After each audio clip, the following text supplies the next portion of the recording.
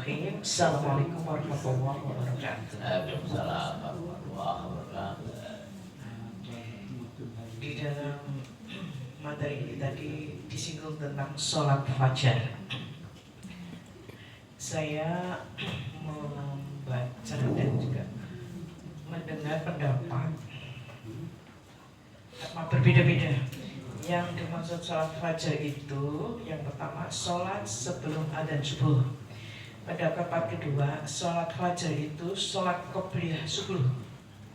Dan yang ketiga, sholat fajar itu ya sholat subuh itu tadi, sholat subuh. Sehingga pahala orang yang mengerjakan sholat fajar itu sebesar dunia, seberat dunia dan isinya, besarnya itu lebih baik, lebih baik. Yeah.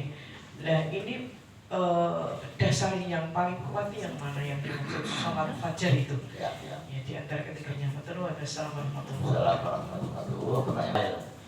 Sholat malam, tahajud atau sholat hajat yang lain atau sholat witir, tidak perlu witir ya, itu di malam hari masih disebut dengan ibadah yang lain. Tapi fajar itu ketika sudah ada subuh, itulah fajar tiba. Fajar itu dimulai ketika adzan subuh. Maka hadisnya sahih, rakaat fajri khairu minaddunya ba'daha. Jadi sholat fajar ini ada dua, baik qobliyah subuh maupun sholat subuh itu sholat fajar. Ya. Sholat fajar ada dua, qobliyah subuh satu pasang dengan sholat subuh yang ini. Qobliyah subuh dan subuh itu termasuk sholat fajar. Nah, yang dimaksud dengan hadis tadi adalah qobliyah subuh. Sholat fajar punya qobliyah subuh. Nah, jadi kalau bisa kita istighfar dengan rakaat fajri, ya khairun minaddunya ba'daha, dua rakaat qobliyah subuh, maka kita boleh bagikan dunia dan akhirat isinya ini berbagai. Ya. Ini arti masyasi ya, kalimat masyasi, ayat masyasi. Apa saja kita mati membaca dengan keimanan, bukan dengan non keimanan. Kan sholat subuh terus saya ini pak, sholat fajar terus sambil tetap miskin. Nah ini kan baik. Jadi kategori miskin ini lahir dengan kategori dengan apa yang kata kalimat masyasi ya. Yaitu sama kita aplikasikan dan kita bahwa kekayaan yang semuanya itu kekayaan karena hati, ya, kekayaan hati. Ya orang katakan orang kaya kan hartanya kalau macam-macam itu salah satu di antara definisi kaya. Tapi kaya semuanya kaya hati, ya, hati kaya, ya. Nah, hati itu akan dua sampai ke akhirat. Barang siapa punya hati yang betul-betul kaya, maka dia akan membawa dia ke surga Allah. Tapi kalau harta, kekayaan harta belum tentu membawa kepada kemuliaan akhirat. Ya. Jadi kita susah memahami bedakan posisi antara kaya hati dan kaya materi. Ya. Tapi orang-orang yang beriman bertakwa dengan materinya itu dia bisa menjadi penghuni surga yang indah karena selalu bergerak dia akan sedekah baik itu kita maupun tidak kita. Terutama dari alladzina yunfikuna fissallahi wa tadarrakatina ghaida. Nah, jadi kalau orang yang baik itu berinfak, bersedekah baik dari si lapang dan sempit. Yang baik, yang sempit pakai lapang dulu. Kalau tidak bersedekah, kalau lapang semua bilang, ya, wah banyak kanan kiri penuh semua. Ya. Tapi ketika kapalnya tinggal satu lembar, kira-kira hanya berat ya melepaskan uang selembar itu. Dia ada teman kita yang menderita itu. Nah itu yang termulia, ya, termulia. Ada orang terbesak gurunya. Ya. Baik ya itu ya, mungkin bisa diterima. Mungkin yang lain mungkin ini suaranya Bu Budi ya. Oke, alhamdulillah. Ini Masya Pasca ini. Ini Pak, saya mau tanyakan tentang identifikasi sederhana suatu ibadah yang membekas di dalam hati. suatu kata sederhana ini loh Pak yang membuat saya itu bagaimana ini ya Allah untuk membekas di dalam hati. Padahal kita itu mengamalkan, saya sendiri ya maksudnya, itu mengamalkan suatu ibadah itu kadang-kala itu hanya sekedar melaksanakan ibadah jus untuk konsentrasi sulit. Dan bagaimana nih caranya atau kiat-kiatnya untuk bisa ini membekas di dalam hati ini Pak. Terima kasih. Wassalamualaikum warahmatullahi wabarakatuh. Ibu, Bapak, Rasulullah. Dalam Islam itu ada satu metodologi dalam belajar ilmu agar bisa merasuk dalam hati kita dan bisa terngiang-ngiang dalam hati kita dan akan menjadi halo effect. Apa itu halo effect? Halo effect itu sesuatu yang bekas dari aliran kemudian membekas dari kita sehingga sampai kapanpun akan selalu ingat. Nah, semoga main ini saya terangkan halo effect itu bisa terngiang-ngiang kemudian akan begitu ya. Sekarang gimana? Ada apa tingkatan dalam ibadah kita? Ya. Yang pertama, kalau orang hanya menjalankan ibadah sekedar menggugurkan kewajiban, ya itu sulit untuk terngiang-ngiang, sulit untuk terngiang-ngiang. Sholat terpenuhi, ya akan semua terpenuhi. Tapi itu hanya menggugurkan kewajiban saja. Fardu ainnya digugurkan lewat kegiatan. Salah tidak salah. Tidak salah. Karena syariah itu bagian dari ilmu yang diturunkan oleh Quran dan hadis. Jika dipenuhi maka dia juga akan menjadi pemenuhi surga dan syariah. Tapi agar bisa lebih terngiang-ngiang, hatinya terpaut, ya, terpanggil-panggil terus, maka ditingkatkan juga lewat thariqah. Ya. Thariqah itu di atasnya syariah. Ya. Thariqah itu apa? Thariqah apa? Jalan. Jalan. Thariq. Jadi orang pergi haji itu syariat apa bukan? Orang pergi haji syariat. Ya, umroh juga syariat. Ya, betul ya. Thariqahnya gimana? Katanya ibu. Pergi haji itu adalah syariat. Dari hukum yang harus ditunaikan. Thariqahnya di mana? Thariqahnya di mana? Caranya gimana? Gampangnya orang pergi ke Mekah itu semakin modern, semakin berubah. Dulu orang tua zaman dulu pergi ke Mekah itu berbulan-bulan naik kapal laut. Ya, membawa sapi kerbau sebelah berbulan-bulan. Ya, itu kan kita baca historical of sorry dari apa Hajj, pilgrim Hajj ya, itu begitu. Tapi sekarang contohnya kemarin bahas keluarga ini pergi umroh, bahkan sampai ke Swiss ya, Itali ya. Itu hanya berapa hari? Dengan apa? Thariqahnya dengan apa caranya? Oh, dengan pesawat, ya, dengan pesawat. Ada yang naik sepeda ontel, ada yang sepeda ontel, ada nggak jalan kaki ada nggak? Naik motor, ya, naik mobil, semua itu thariq, jalan yang tempuh. Nah, itu jalan kedua. Ya Bu, ya. Kalau udah melakukan jalan kedua itu biasanya sudah mulai terngiang-ngiang. Ada kerangan, ada nilai-nilai yang terpokok hati thariqah. Kalau sudah ketemu jalannya itu, maka ketiga apa tingkatannya? Mbak Yai nama apa ketiga tingkatannya? Di atas thariqah? Hah? Hah? Hakikat. Hakikat itu inti nilai dasar. Hakikat orang pergi haji itu apa hakikatnya? Jangan cari. Hakikatnya apa? Hakikat pergi haji apa? Hakikatnya apa? Akhasu maghruran rasul al-jannah. Itu hakikatnya. Haji itu yang dicari adalah apa? Surga. jannah mabrur.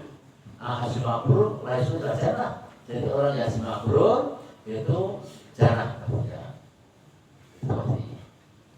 Itu orang yang surga hanya para rasul, nabi dan juga para wali. Apa tingkatan terakhir? Ma'rifat. Sulit itu. Tapi Indonesia pernah punya itu para wali. Ya, para wali itu ma'rifatnya tinggi sekali. Ada yang ketiga pernah udah Tuhan. Siapa itu? Siapa? Jadi benar. Mengaku Tuhan ya. Ya, itu loh. Jadi jangan ada belajar ilmu harus ada gurunya yang dampingnya agar tidak sesat dan tidak kebablasan. Itu buktinya ya. Tingkatan itu apakah bisa? Semuanya bisa. Kemudian mau itu bisa. Ya, tapi harus melupakan syaitannya. Bisa enggak? Berada. Syaitannya passion itu punya apa? Passion punya profesi ya Pak. Coba bisa nggak melupakan itu? Bisa mikir dulu, mikir akhirat loh. Itu namanya tariqah. Nah itu. Banyak kamu juga nggak meninggalkan esikanya.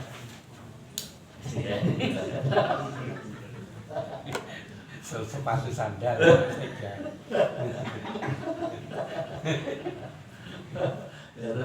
Nggak bisa. Jadi orang-orang yang punya tekadnya seperti itu mau ke tariqah dan mau ke ma'rifat itu dunia nggak ada artinya apa. Jadi orang yang warok, ya, warok itu menghindari yang apa? Yang bid'ah, yang subhat dihindari, ya, warok berat, ya. Itu buktinya ya. Paham ya? Belajar boleh nanti belajar. Ya.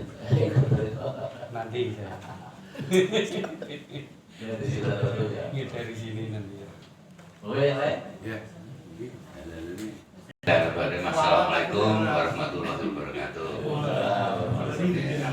Bagaimana di dalam penjelasan di sini ini ada istilah irtifa. Tadi dibaca nggak? Iya, dibaca. Irtifa ini kan berikut ciri utama irtifa itu satu sholat tahajud, kemudian sholat fajar tadi sudah disebutkan, puasa Senin Kamis, infak, sedekah, silaturahmi dan lain sebagainya. Ini di antara ini memang tingkat iman seseorang itu berbeda-beda. Di antaranya ada 5 ini mungkin wah kita tuh sukanya tahajud apa sholat fajar dan terus terang. Di antara beberapa ini saya yang paling senang itu takjil.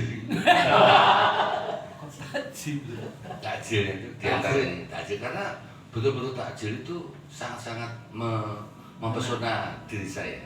Ini saya kan boleh terus terang ya. Bapak tahu artinya takjil itu. Bapak Ibu tahunya tuh takjil adalah snack gitu Pak. Maksudnya pokoknya jajan, snack. Padahal enggak. Ini menurut saya takjil itu juga bagian daripada irtifa. Irtifa ini yaitu apa? Menyegerakan. Oke, menyegerakan. Jadi takjil loh, jatuh pikirannya wah snack, goreng, mendoan dan sebagainya jangan. Ini adalah bagian daripada ibadah yaitu menyegerakan. Jadi pada saat Allah itu sudah mengukur kekuatan manusia puasa itu berapa jam dan lain sebagainya. Namun misalnya poso sampai ngebleng barang wah itu hukumnya apa kurang ngerti ya. Jadi wis saja maghrib tapi ora buka dibablas tekan bengi apa sesuk itu mungkin ki topo pihak kurang ngerti. Yang jelas yang benar adalah menyegerakan. Ya, jadi takjil ini tambahan ilmu ya bahwa takjil itu adalah menyegerakan. Perlunya Ustaz. Iya. ini bagian daripada didiannya Bapak. Tapi sertifikatnya belum saya terima ya. Kan pelancarnya belum ada. Jadi saya tidak bisa jamin ke sertifikat ini. Belum ada pelicinnya kok. Kemudian yang sangat lagi mitra itu juga nanti Pak Ipa iso dicekal ki ngene jenengan tiru-tiru. Kemudian setelah berpuasa itu memang kita, ya Allah, kita tuh selalu berdoa, ya Allah berilah umurku panjang, berilah kesehatan agar bisa aku mengalami atau menjumpai Ramadan di tahun yang akan datang. Ini luar biasa. Ini sederhana kata-katanya. Nggih, kalau nggih. Seperti itu. Kita selalu berdoa karena memang ini yang tadi irtifa ini sangat mengesankan di hati kita. Terus kemudian sampai Idul Fitri ada Idul Fitri ya, itu paling gongnya di situ. Nah, misalnya Fitri artinya mau suci, padahal salah. Fitri itu artinya nggak suci. Fitri itu artinya berbuka. Bermakan. Ya. Makan. Ya. Jadi misalnya aneh jaringan Fitri, dimakan. Ya seperti itu. Ini enggak, tapi kalau fitrah itu memang fitri, tapi kalau fitrinya itu artinya itu berbuka itu. Maka dari itu disunahkan mau sholat Idul Fitri itu disunahkan itu memakan dulu, memasukkan barang atau minum dulu. Ini katanya. Nah, jadi ini saya mohon penjelasan ke Pak Bambang, apakah tadi yang takjil tadi itu masuk dalam irtifa itu apa enggak Pak? Apakah bagian dari irtifa atau enggak? Iya. Matur. Assalamualaikum warahmatullahi wabarakatuh. Assalamualaikum warahmatullahi wabarakatuh. Jadi perintah bersegera itu langsung dari Allah. Al-Imran 1:4 ya.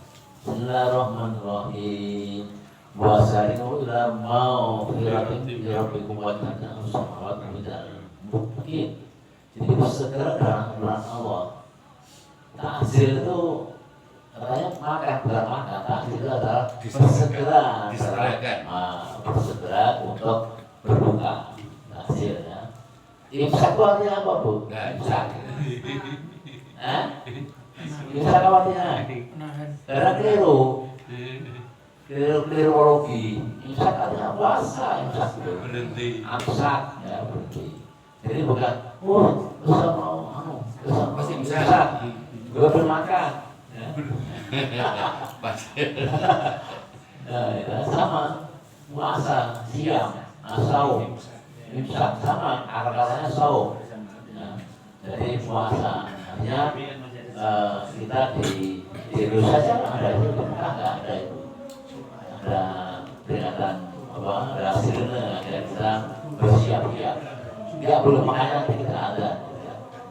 Jadi ya begitu karena sudah ada tiba nggak terasa. Sudah 2 kali saya ambil selingan di depan Pak Ustadz Yusuf atau Pak Ahmad. Ini dulu ujian sertifikat dulu. Enggak tak lolos ini. Aku ada jadwal ceramah.